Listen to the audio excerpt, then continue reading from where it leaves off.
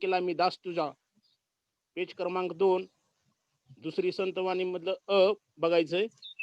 महाराष्ट्राला खूप साऱ्या संतांची परंपरा लाभलेली आहे. तुम्ही चित्रात बघत असताल की संत ज्ञानेश्वर, संत तुकाराम, संत नामदेव, संत भगवान बाबा, संत जनाबाई, संत एकनाथ महाराज ह्यांनी महाराष्ट्रातल्या वारकरी संप्रदायांची मुहूर्तमेढ रोवून महाराष्ट्रातल्या समाज जीवनाला एक वेगळी दिशा देण्याचा प्रयत्न केलेला आहे. परमेश्वराची भक्ती करण्यासाठी जो महाराष्ट्रात त्यांनी अंधश्रद्धा निर्मूलन किंवा समाजातल्या ज्या वाईट रूढी परंपरा आहेत हे सर्व नष्ट करण्यासाठी, समाजाला एक योग्य दिशा देण्यासाठी त्यांनी काय केलेलं आहे, महाराष्ट्रात एक वारकरी संप्रदायाची अशी एक परंपरा निर्माण केलेली आहे. तर या वारकरी संप्रदायात सर्वात सुरुवातीला संत ज्ञानेश्वर महाराज, संत तुकाराम, संत एकनाथ, संत जनाबाई, संत भगवान बाबा यांनी आपल्या विचाराने समाजाचं प्रबोधन केलेलं आहे. त्यातीलच एक संत नामदेव महाराज यांची ही कविता अंकिला मी दास तुझा ही आज आपण बघणार आहोत. संत नामदेव महाराज म्हणजे तुम्हाला कळलंच असेल की गेल्या वर्षी संत कृपा झाली या बहिणाबाईच्या कवितेमध्ये वारकरी संप्रदायाचे जरी मुहूर्तमेढ संत ज्ञानेश्वर महाराजांनी रवली असेल किंवा त्याचं निर्माण वारकरी संप्रदायाचं जरी ज्ञानेश्वर महाराजांनी केलं असेल संत ज्ञानेश्वरांनी, तरी संत नामदेव महाराजांनी काय केले आहे, वारकरी संप्रदायाचं एक नीव रखली होती, म्हणजे नवीन सुरुवात केली होती. महाराष्ट्रात तर केलीच, पण महाराष्ट्राच्या बाहेर पंजाबमध्ये जाऊन सुद्धा त्यांनी वारकरी संप्रदायाची पताका रोवली होती. नामा तयाचा किंकर त्याने रचिले ते आवार, म्हणजे वारकरी संप्रदायामध्ये एवढं नामदेव महाराजांना महत्व आहे. नामदेव महाराज संत ज्ञानेश्वर महाराजांनी जरी पाया रचला असला भिंतीचा, तरी भिंतीची जी दिवार आहेत, ज्या भिंती आहेत वारकरी संप्रदायाचा, त्या कोणी केलेल्या आहेत, संत नामदेव महाराजांनी त्याची काय केली आहे, निर्मिती केलेली आहे. तर या कवितेमध्ये संत नामदेव महाराज या कवितेमध्ये त्यांचा अल्पसा परिचय बघत असतानाच त्यांनी आपल्या 61 कवने म्हणजे दाखले, उदाहरणे, अभंग हे संत गुरुसाहेब भागवत नामदेव योग संगीत म्हणजे भक्त नामदेव की मुखबाणी म्हणून गुरु ग्रंथ साहिबमध्ये ते प्रविष्ट झालेले आहेत. हा शीख लोकांचा ग्रंथ आहे. तर पंजाबमध्ये शीख लोकांच्या ग्रंथामध्ये सुद्धा त्यांनी काय केले आहे, आपल्या अभंगाची निर्मिती केली आहे. वारकरी संप्रदायातील थोर कवी संत नामदेव यांचा जन्म 1270 ते 1350 ला झाला. पूर्ण नाव नामदेव दामाशेट्टी रेळकर. यांचा जन्म नरसी नामदेव, तालुका हिंगोली, जिल्हा हिंगोली इथे झाला होता. वारकरी संप्रदायात महत्वाचे व थोर संत कवी या भक्ती संप्रदायाच्या महाराष्ट्र व महाराष्ट्राबाहेर पंजाब येथे प्रचार व प्रसार करण्यात अग्रेसर. संत नामदेवांनी हिंदी भाषेत ही पदरचना केली आहे. हिंदी व पंजाबी भाषेतील 61 कवने शिखाच्या गुरु ग्रंथ साहिबामध्ये आढळतात. सुबोध, सरळ, साधी भाषा हे अभंग रचनेचे त्यांचे वैशिष्ट्य आहे. आणि त्यांची भाषा मी सांगितल्याप्रमाणे 1270 ते 1350 म्हणजे इसवी सन पूर्व 700 वर्षापूर्वी संत नामदेव महाराजांचा जन्म झाला होता.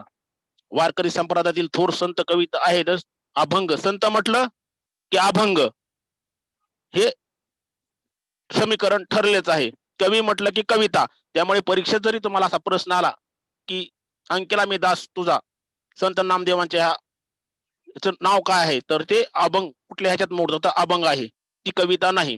तर वारकरी संप्रदायात त्यांनी जे असंख्य गोष्टी केल्या, वारकरी संप्रदायाची जी नीव आहे ती महाराष्ट्रात आणि महाराष्ट्राबाहेर सुद्धा त्यांनी रवली. भक्त नामदेवजी की मुखबाणी हा गुरु ग्रंथ साहिबा यांच्या ग्रंथामध्ये त्यांच्या 61 कवने म्हणजे दाखले म्हणजे एलसी नाही किंवा सर्टिफिकेट नाही, दाखले म्हणजे अनेक उदाहरणं देण्यासाठी त्यांनी केलेलं आहे. अभंगात संत नामदेव विविध दृष्टांतून या नावाने ते प्रसिद्ध आहेत. त्यांच्या रचनेचे वैशिष्ट्य कसे, सुबोध आणि सरळ साधी भाषा. सुबोध म्हणजे सर्वांना, सर्वसामान्य ग्रामीण भागातल्या निरक्षर लोकांना सुद्धा त्यांची भाषा काय व्हायची, समजून यायची. तर अशा या कवितेमध्ये त्यांनी कवितेचा आशय त्यांनी प्रस्तुत अभंगातून अंकिला मी दास तुझा या अभंगात संत नामदेव यांनी आई, बाळ, पक्षीन, तिचे पिल्ले, माय, वासरू, हरणी, तिचे पाडस, चातक आणि मेघ अशा अनेक दृष्टांतातून परमेश्वर कृपेची याचना केली आहे. आणि आजही आपण कविता बघणार आहोत त्या कवितेतून काय केलं आहे, असंख्य प्रकारचे दृष्टांत देऊन परमेश्वराशी आपण कसे निकट आहोत, परमेश्वराने आपल्याला विठ्ठलाने कशी मदत करावी, या पद्धतीने त्यांनी काय केलेलं आहे, अनेक उदाहरणं दिली आहेत. मग आईचं असेल, तिच्या मुलाचं असेल, किंवा पक्षी आणि तिचं पिल्लू, गाय वासरू किंवा हरिण तिचे पाडस, यांच्या प्रेमातून जे दृष्टांत त्यांनी वेगवेगळे दिलेले आहेत, वेगवेगळी उदाहरणं दिली आहेत, दाखले दिले आहेत. दाखले म्हणजे एलसी किंवा सर्टिफिकेट नाही, तर दाखले म्हणजे सर्वसामान्य लोकांना समजण्यासाठी एक उदाहरण देण्यासाठी दुसऱ्या उदाहरणाचा वापर करणं आणि सर्वसामान्यांना किंवा ते कसं समजल यासाठी त्यांनी वेगवेगळे काय केले आहेत, दृष्टांत दिलेले आहेत. तर या अभंगामध्ये संत नामदेव महाराज परमेश्वराची भक्ती करण्यासाठी, किंवा आपण दुःखी आहोत, कष्टी आहोत, तर आपल्या मदतीला आपण परमेश्वराचे भक्त आहोत. दास म्हणजे कोण? दास म्हणजे भक्त. दास म्हणजे नौकर असा अर्थ होतो, पण नौकर हा अर्थ पकडायचा नाही. दास म्हणजे कोण? भक्त. अंकिला म्हणजे कोण? अंकित झालेला, शरण गेलेला. अंकिला म्हणजे कोण? शरण गेलेला, असा हा मी दास. दुःखात असो सुखात असो मी तुझी नित्य भक्ती करतोय, आणि जर माझ्यावर कुठलं संकट आलं तर माझ्या संकटात तू काय कर, प्रेमाने मला मदत करायला ये. अशा पद्धतीने त्यांनी काय केले आहे, इथे भगवंताकडे, श्री विठ्ठलाकडे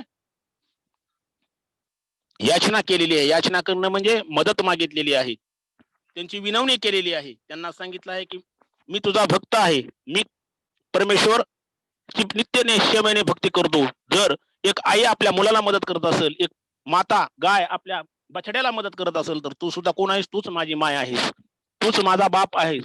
तू करता करविता सर्व कोणी तूच आहेस, आणि तूच काय कर, येणाऱ्या दुःखामध्ये, येणाऱ्या संकटामध्ये तूच काय कर, मला मदत कर आणि माझ्यावरती संकट निवारण्याचे एक आई म्हणून, आई जशी मुलाचं सर्व काही करते त्या पद्धतीने तू सुद्धा काय कर, मला मदत कर. आणि अशी याचना काय केलेली आहे परमेश्वराने कडे संत नामदेव महाराजांनी केलेली आहे.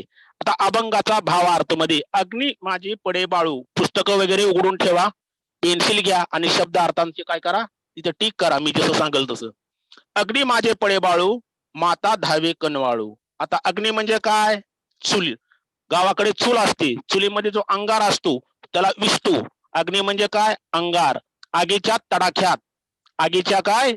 आगीच्या तडाख्यात पडे बाळू. बाळू म्हणजे काय? छोट मूल, आईचं छोट मूल, छोटा बछडा, छोट लहान मूल. माता धावे कनवाळू. माता म्हणजे कोण? आई, जननी. आपण माता म्हणतो ना आईला, माताजी, आई, जननी. कनवाळू म्हणजे कोण? अतिशय प्रेमळ. आई किती प्रेमळ असते याचा सर्वांनाच अनुभव आहे. तैसा धावी या माझ्या काजा, अंकेला मी दास तुझा. आणि मी जर कुठलं काम, काजा म्हणजे काय?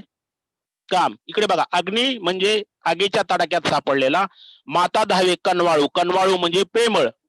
कनवाळू म्हणजे कोण? दयाळू, अतिशय प्रेमळ. तैसा अग्नी माझी पडे बाळू, माता धावे कनवाळू. तैसे धावे माझ्या काजा, माझी काजा, अंकिला मी दास तुझा. आणि काजा म्हणजे काय?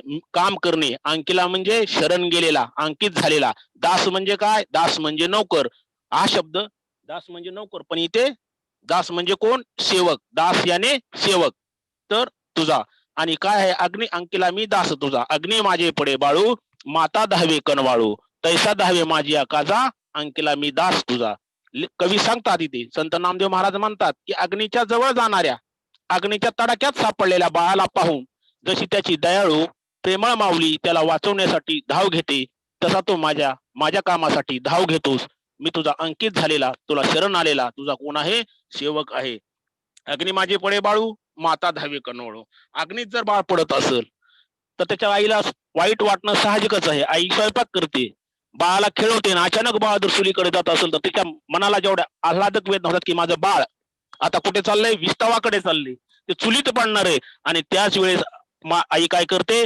झेप घेऊन काय करते? त्या मुलाला पकडते, कारण ते मातेचं हृदय असतं, आणि मातेचं हृदय किती प्रेमळ, किती वात्सल्यपूर्ण असतं हे आपण सर्व जाणताच आहात. कारण प्रत्येकाला आईच्या प्रेमाची प्रचिती आलेलीच असते. आणि त्याचप्रमाणे काय कर, परमेश्वरा जसे अग्नीमध्ये बाळ पडत असताना माता त्याला धावून घेते, त्याला उचलून घेते, त्याचा पापा घेते, त्याच्यावर हात फिरवते, त्याची माया करते. तिला भीती वाटते की अग्नीत पडलं तर आपलं बाळ जळल, त्याला त्रास होईल, त्याला दुःख होईल. आणि हे दुःख होऊ नये म्हणून काय करते असते? आई आपल्या बाळाची काय करत असते? काळजी घेत असते. आणि ती कनवाळू माता, ती प्रेमळ माता त्या मुलाला उचलून कडेवर घेते तसंच तैसाच धावे माझी आकाजा, अंकीला मी दास तुझा. आणि ज्याप्रमाणे ती माता त्या बाळाला उचलून कडेवर घेते, विस्तवाकडे जाऊ देत नाही, कारण चुलीत पडल्यानंतर विस्तवाचे चटके बसल्यानंतर काय परिणाम होतील याची जाणीव त्या आईला असते. जरी बाळ लहानच असतं, बाळाला जरी नसलं जाणीव तरी त्या आईला असते. म्हणून त्या परिणामाची जाणीव आईला असते, तर आई ती माता कडेला उचलून घेते. तसंच काय कर, तसंच धाव्याने धावून ये माझ्या कामासाठी, माझी काजा तैसा धावी ये माझ्या काजा, अंकेला मी दास तुझा. आणि तसंच काय कर तू परमेश्वरा, हे विठ्ठला माझी विनवणी तुला, की तसाच तू धावून ये माझ्या कामासाठी. कारण मी कोण आहे? एक अंकित झालेला, एक शरण झालेला, संसारात पिचलेला असा कोण आहे? माणूस आहे, तुझा दास आहे, तुझा नौकर आहे, तुझा सेवक आहे. नित्य नियमानं तुझी मी भक्ती करतोय. कुठल्याही संकटातून, कुठल्याही ह्याच्यातून तू काय कर, मला मदत कर. माझ्यावर हे संकट हारू दे. कारण मी कोण आहे? तुझा भक्त आहे. आणि जशी आई आपल्या बाळाला वाचवण्यासाठी प्रयत्न करते, त्या संकटातून वाचवते चुलीकडे जाण्याच्या विस्तवापासून, तसंच तू काय कर, मला मला वाचव. माझ्यावरचं दुःख नाहीसं कर. तसे तैसा धावे माझ्या काजा, अंकेला मी दास तुझा. आणि तसाच काय कर, काजा म्हणजे काम, माझ्या कामासाठी तसाच तू धावून ये. कारण ज्या संकटात मी सापडलो ते संकट हरण करणं तुझ्याशिवाय शक्य नाही. तूच माझी आई आहेस, जशी बाळाला आई आहे, तूच माझा पिता आहेस. तूच मला काय कर, मदत कर. सर्वेच झेपावे पक्षिणी दुसरा दृष्टांत दिलाय. अलग अलग दृष्टांतातून नामदेव महाराज समजून सांगायला लागलेत की परमेश्वराची कृपा, परमेश्वराची याचना दुःखात असलेला माणूस कुठल्या पद्धतीने करू शकतो. आपल्या कामासाठी विनवणी करणे हे माणूस नेहमीच करत असतो. अगदी 10वीला देवा मला चांगले मार्क पडू दे, मला पास होऊ दे, अशा पद्धतीची विनवणी आपण नेहमीच परमेश्वराला करतो. पण त्यासाठी कर्म आणि कार्य करणं गरजेचं असतं. जर तुम्ही अभ्यास केला तर तुम्ही निश्चितच पास होणार आहात. क्षुल्लक कारणासाठी देवाचा काही मागायची गरज नाही. सेवेत झेपावे पक्षिणी पिल्ला पिली पडताची धरणी. सेवेच म्हणजे लगेच. सेवेची झेपावे पक्षींनी पिल्ली पडताची धरणी, भुकेले वत्सरावे धेनू हंबरत जावे. आणि सेबीच झेपावे पक्षींनी म्हणजे एक पक्षी कुठलाही असेल, तोता असेल, मैना असेल, चिमणी असेल, कोयल असेल, कुठली असेल, कोयळा असेल, कुठलाही पक्षी लगेच धावून जातो. कधी? पक्षीने पिल्लाई पडतात धरणी. ज्या वेळेस लगेचच पिल्ले जमिनीवर कोसळतात, पक्षीने लगेच तिथे झेप घेते. भुकेल्या वासराच्या आवाजाने काय होते? गाय हंबरत वासरापाशी जाते. सेवे म्हणजे लगेच. पाडस, हरिणीचे पिल्लू, वत्सरावे वासराच्या आवाजाने. आणि धेनू म्हणजे काय? गाय. हे सगळे प्राणी तुमच्या नजरेखाली आहेत, तुम्ही बघितलेले आहेत. ज्या वेळेस एक पिल्लू, छोटा सा पिल्लू घरट्यातून घोंसले से नीचे जमीन पर गिरता है, उसे उड़ना नहीं आता है हवा में, तो उसकी माता जो आकाश में के नीचे पर गई वाली, तर ती काय करते, ते पिल्लू पडताच काय करते की त्या धरणीवरती, धरणी म्हणजे काय? धरणी म्हणजे जमीन, त्या जमिनीवर झेप घेते. कशासाठी झेप घेते? कशासाठी झेप घेते? घरट्यातून पिल्लू खाली पडतंय हे कळतंय. यहाँ देखो, घोंसले से पंछी नीचे गिर रहा है, इसे जब उसकी माता के मन में ऐसा समझ आता है तो क्या करती है? उसको बचाने के लिए छलांग लगाती है. डाय लगाना. काय करते आहे? ती डाय मारते आणि मग त्याला ती वाचवायचा प्रयत्न करते. अगदी नामदेव महाराजांना तेच सांगायचं आहे. काय सांगायचं आहे? की परमेश्वरा, जशी एक पक्षीनी, जैसा एक पंछी अपने पंछी को, पिल्ले को, बछड़े को बचाने के लिए जमीन पर छलांग लगाता है, उसी तरह क्या करना है तुझे भी? मेरे संकटों का हरण करना है, मेरे दुखों का हरण करना है. क्योंकि मैं कौन हूं? मैं तेरा दास हूं. अंकिला मी दास तुझा. मैं कौन हूं? एक शरण आया वाला यतीत हूं, तेरा नौकर हूं, तेरा दास हूं. और उसी तरह से क्या करना है? मुझे मेरे संकट का निवारण करना है. सेवेची झेपावे पक्षीनी पिल्ली पडताची धरणी, भुकेले वत्सरावे धेनू हंबरत जावे. आणि सर्वात सांगायची गोष्ट म्हणजे ही आहे की ज्या पद्धतीने एक गाय दिवसभर शेतामध्ये चरायला जाते, तिचं वासरू गोट्यात बांधलेलं असतं आणि ती ज्यावेळेस दिवसभर चरून संध्याकाळी घरी येते त्यावेळेस ती आपल्या वात्सराला बघतात. वात्सरा म्हणजे वत्सरावे म्हणजे वासरू, धेनू म्हणजे गाय, हुंबरत येणे म्हणजे ओरडणे, हुंबरणे म्हणजे प्रेमाने ओरडणे. आपल्या बछड्याला बघितलं की ती काय करते, ओरडायला सुरू करते. ज्यावेळेस एक भुकेलं वासरू दिवसभर आईची वाट बघत असतं आणि आई सुद्धा आपल्या मुलाची वाट बघत असते, कारण तिला तिचा मालक रानात चारायला घेऊन गेलेला असतो. वासरू घरी असतं गोठ्यामध्ये आणि संध्याकाळी जेव्हा त्या आई आणि मुलाची भेट होते त्यावेळेस त्यांना एक वेगळ्याच प्रकारची प्रेमाची अनुभूती येते. गाईचं दूध आपल्या मनाने त्या वासराला बघताच काय होतं, त्याच्या स्थानातून काय होतं ते खाली गळायला लागतं, तिथं दूध पाजरतं. एवढं प्रेम आईचं आपल्या मुलावर असतं. आणि धेनू हुंबरत, हुंबरत म्हणजे ओरडत, त्या मुलाला बघताच, त्या बछड्याला बघताच गाय काय करते, त्या वासराला पाहताच ओरडत ओरडत त्याच्या पुढे जाते आणि त्याला मग पाजायला सुरू करते. अगदी त्याचप्रमाणे परमेश्वरा तूही माझ्या काय कर, माझ्या भक्तीचं, माझ्या शक्तीची प्रचिती मला दे, कारण माझ्यावरचं दुःख दूर कर आणि परमेश्वरा तू माझ्यावर कृपा कर. ह्या पद्धतीने त्यांनी अनेक उदाहरणातून काय केलेलं आहे हे आपल्याला समजून सांगितलेलं आहे. सेवेत झेपावे पक्षींनी पिल्ली पडताची धरणी, भुकेले वत्सरावे धेनू हंबरत जावे. भुकेले म्हणजे भूक लागलेले, वत्सर म्हणजे वासरू, धेनू म्हणजे गाय, हुंबरत म्हणजे ओरडणे आणि धावे म्हणजे धावून जाणे. तर काय कर, जशी एक आई आपल्या मुलाला इस्तवापासून वाचवते, जशी एक पक्षीने आपल्या मुलाला घरट्यातून खाली जमिनीवर पडण्यापासून तिला झेप मारून वाचवते, जशी एक गाय आपल्या मुलाला पाहताच ओरडत धावून त्याच्या जवळ जाते, अगदी त्याच पद्धतीने तू काय कर, माझ्या जवळ, माझ्यापाशी माझ्या दुःखाचं हरण कर, माझं संकटाचं निवारण कर. हे परमेश्वरा मी तुला याचना करतोय की मी तुझा कोण आहे, शरण आलेला, अंकित झालेला दास आहे, सेवक आहे आणि ही सेवा तू गोड मानून माझ्यावर येणाऱ्या दुःखाचं हरण कर, माझ्यावर तुझी कृपा राहू दे. असं संत नामदेव महाराज आपल्या ह्या अलग अलग उदाहरणातून काय करत आहेत, सांगत आहेत. वनवा लागला सेवनी पाडस चिंतित हरणी, वनवा लागला सेवनी ह्या अलग अलग चित्रातून तुम्हाला दिसेल हे घोसला, हे गाय, वासरू किंवा पक्षी कशा पद्धतीने एकमेकाचे आपल्या मुलाशी त्याचं संगोपन करतायत, त्यांना प्रेम दाखवतायत, त्यांच्यावर माया करतायत. आणि त्याच पद्धतीने माझं सुद्धा तू काय कर, हे कर, रक्षण कर, माझ्यावर कृपा कर. वनवा लागला सेवनी पाडस चिंतित हरणी, नामा मने मेघा जैसा विनवितो चातक जैसा. वनवा लागला सेवनी पाडस चिंतित हरणी, नामा मने मेघा जैसा विनवितो चातक जैसा. आणि मग म्हणाले अजून एक दृष्टांत दिलाय संत नामदेव महाराजांनी की वनवा, वनवा लागणं म्हणजे काय, वनवा लागणं म्हणजे काय, वनवा म्हणजे जंगलाला लागलेली आग. जंगल में कभी कभी आग लगती है, तो वो आग. आणि वनी म्हणजे काय, रान, वन, वन जंगल.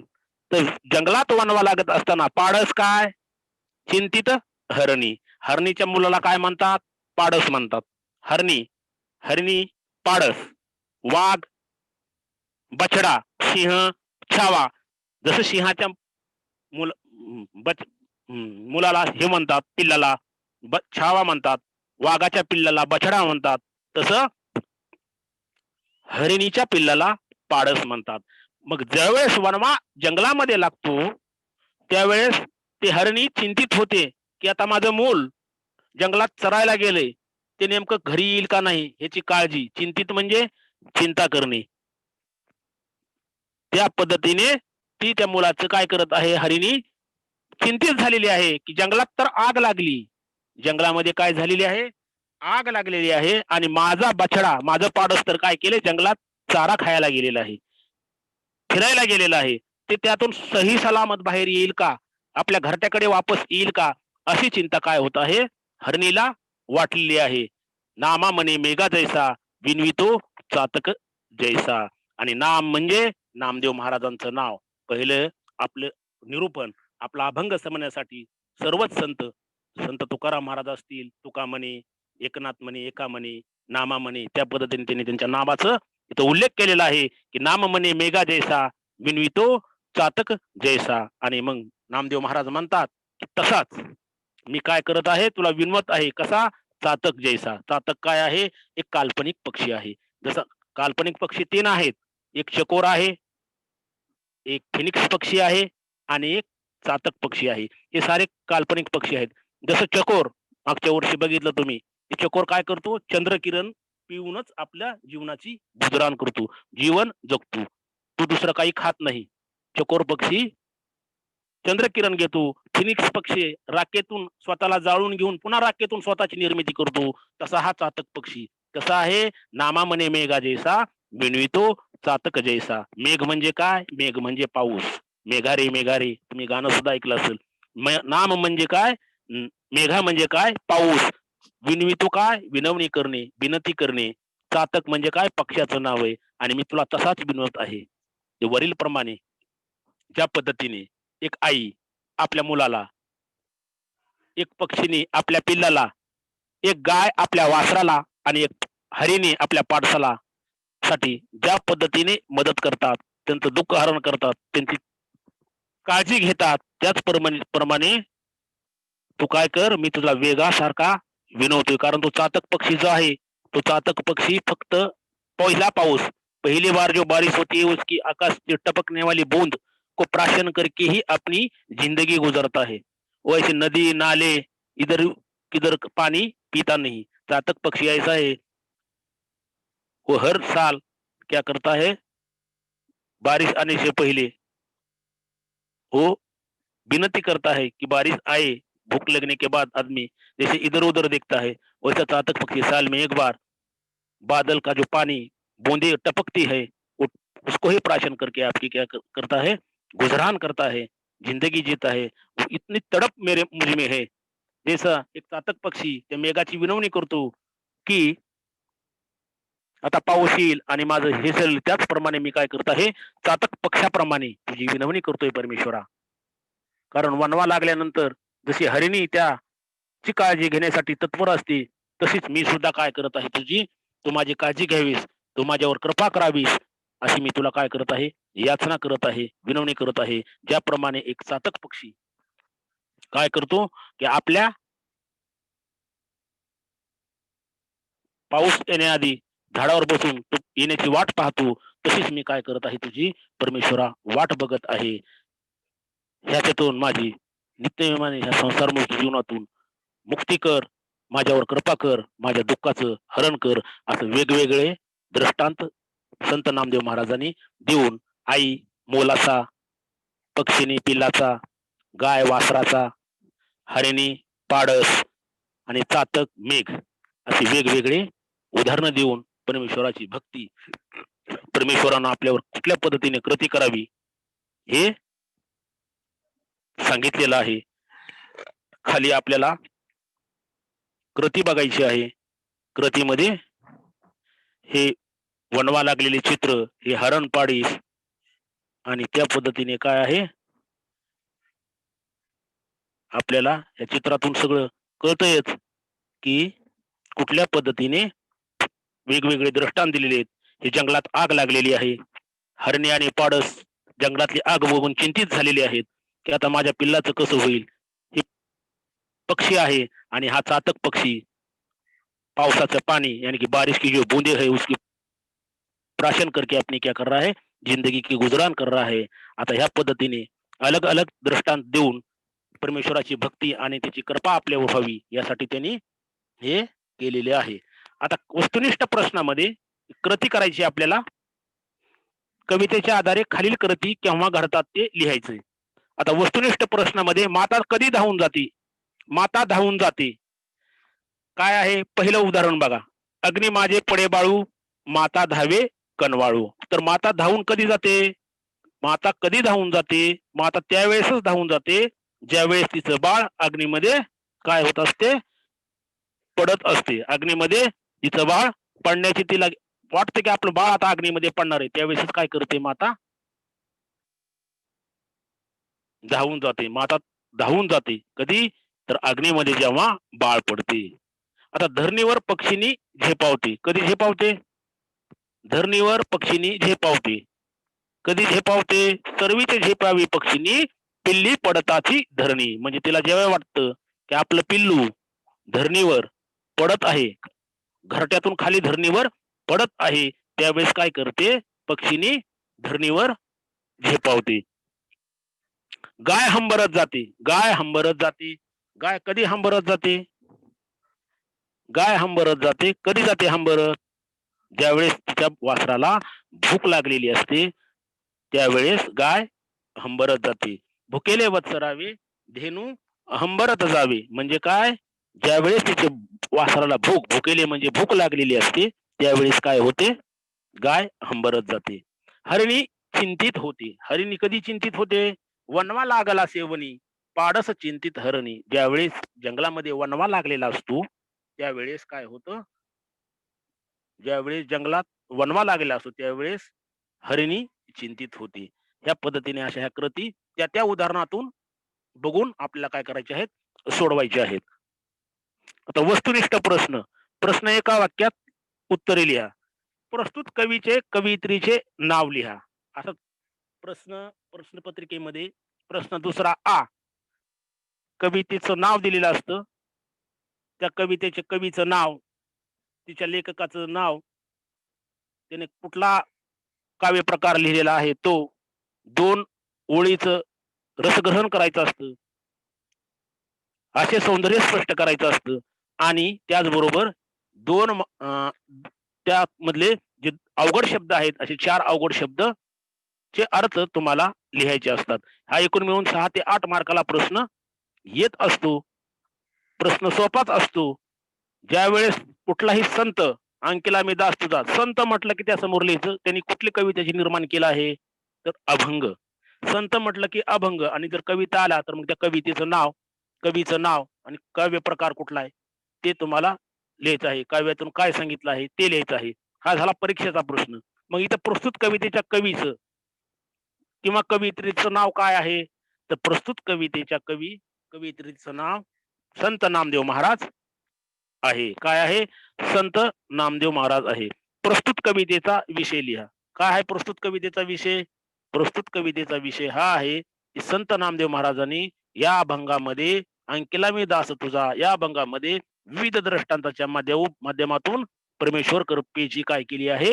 याचना केलेली आहे. हा काय आहे? या आपल्या आजच्या अभंगाचा, या कवितेचा विषय आहे. कवितेचा विषय प्रस्तुत अभंगातून अंकिला मी दास तुझा या अभंगामध्ये संत नामदेवानी विविध दृष्टांताच्या माध्यमातून उदाहरणातून परमेश्वर कृपेची याचना केलेली आहे. संत नामदेव स्वतःला कोणाचे दास म्हणून घेतात? संत नामदेव स्वतःला कोणाचे दास म्हणून घेतात? आता सिंपल गोष्ट आहे मगापासून की ते परमेश्वराचे दास, विठ्ठलाचे दास म्हणून घेतात. कोणाचे? संत नामदेव स्वतःला विठ्ठलाचे दास म्हणून घेतात.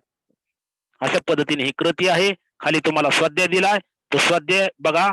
माता जाहून जाते. इथे उत्तर आहे काय? आगीत बाळ पडल्यावर. धरणी पक्षीनी झेपावते. कधी? पिल्लू जमिनीवर पडताच. धरणी झेपावते. पिल्लू जमिनीवर पडताच. गाय हंबरत धावते. कधी? भुकेले वासरू पाहिल्यावर. भुकेले वासरू पाहिल्यावर गाय हंबरत धावते. हरिणी चिंतित होते जंगलात वनवा लागल्यावर. हे मी मगवा सांगितले. त्या कृतीची उत्तर दिलेली आहेत. आता आकृती पूर्ण करायची. कवितेत माता व आणि हरणीचे वर्णन करणारे शब्द आलेत. माता आणि हरणीचे वर्णन करणारे शब्द आहेत. कोणते शब्द आहेत ते? माता कोण आहे? कनवाळू आहे. कनवाळू म्हणजे प्रेमळ आहे. आणि चिंतित कोण आहे? चिंतित हरिणी आहे. कोण आहे? हरिणी. हरिणी चिंतित आहे कारण पाडस जंगलात गेलेला आहे म्हणून हरिणी चिंतित आहे. कनवाळू माता. माता पनवाळूच असते. माता प्रेमळच असते. प्रश्न तिसरा. कोणते ते लिहा. परमेश्वराचे दास. परमेश्वराचे दास कोण आहेत? परमेश्वराचा नौकर कोण आहे या कवितेमध्ये? तर कोण आहेत? संत नामदेव महाराज. असं तुम्हाला ते लिहावं लागेल. मेघाला कोण विनवणी करतंय? मेघाला विनवणी करणार कोण आहे? मेघाला विनवणी करणारा चातक पक्षी. चातक पक्षी काय करतो?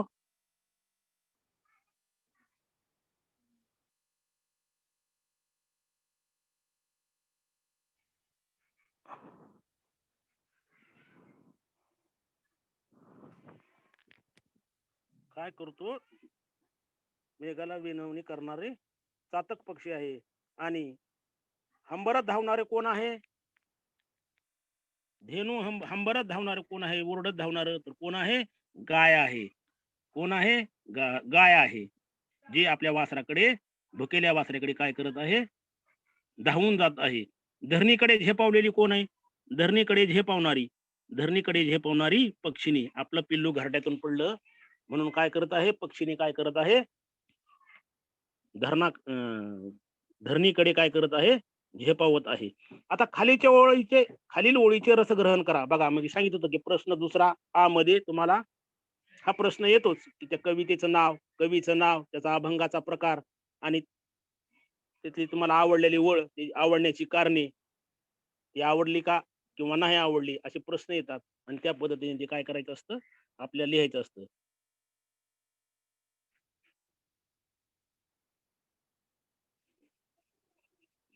सर्वेची झेपावे पक्षिणी, पिल्ली पडताची धरणी, भुकेले वत्सरावे, धेनू हुंबरत धावे. आता ह्याच्यामध्ये या कवितेचं रसग्रहण करत असताना तुम्हाला काय लिहावं लागेल? की अंकिला मी दास तुझा. या अभंगात संत नामदेवानी विविध प्रकारच्या दृष्टांताद्वारे, उदाहरणाद्वारे काय केले आहे? परमेश्वर कृपेची याचना केली आहे.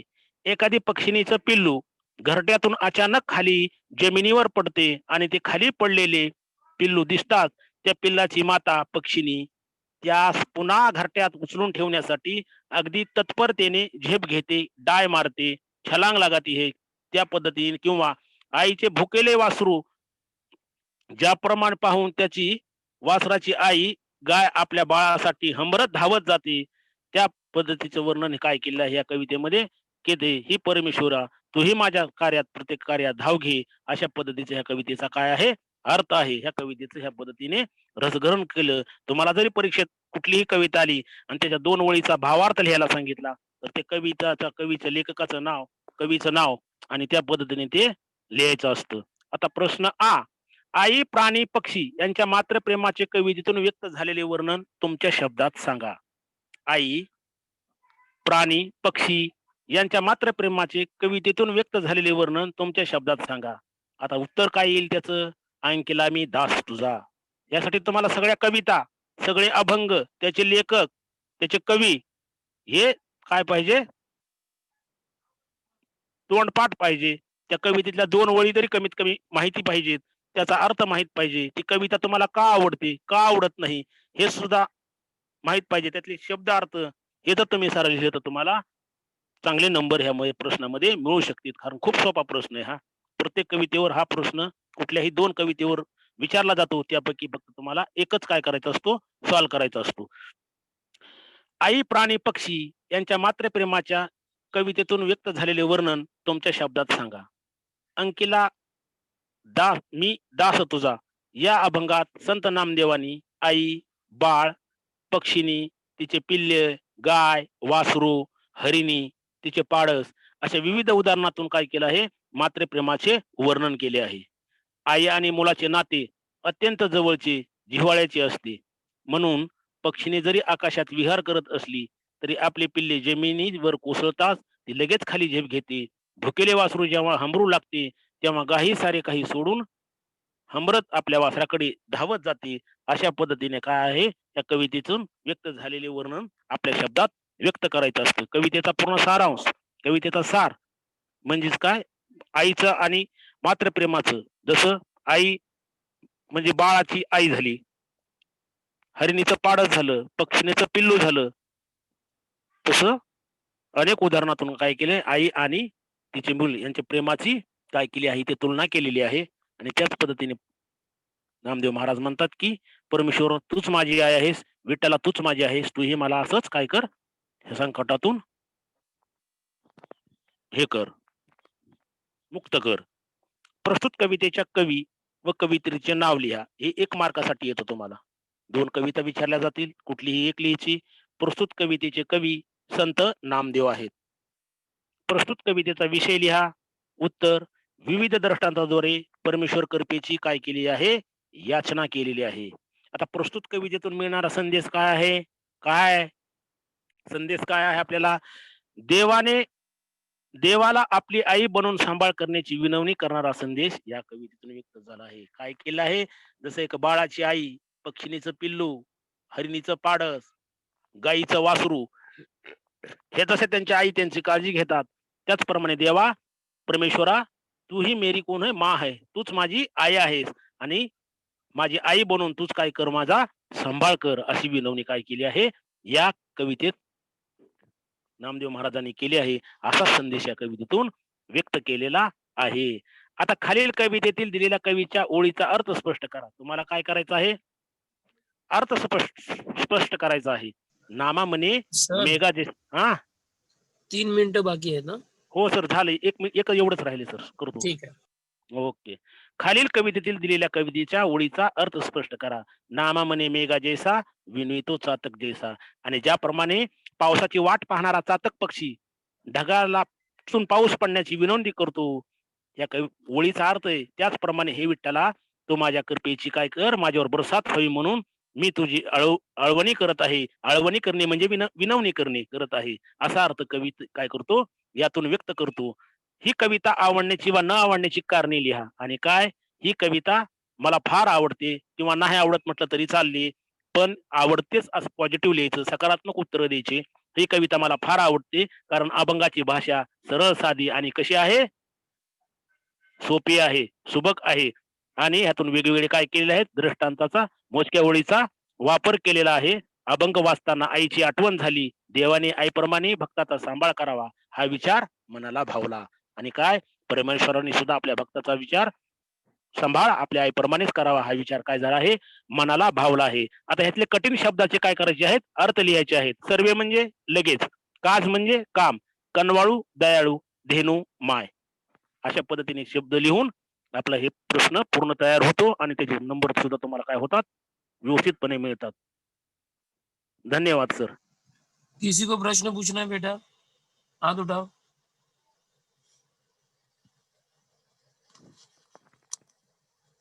किसी को प्रश्न पूछना है तो हाथ उठा बेटा.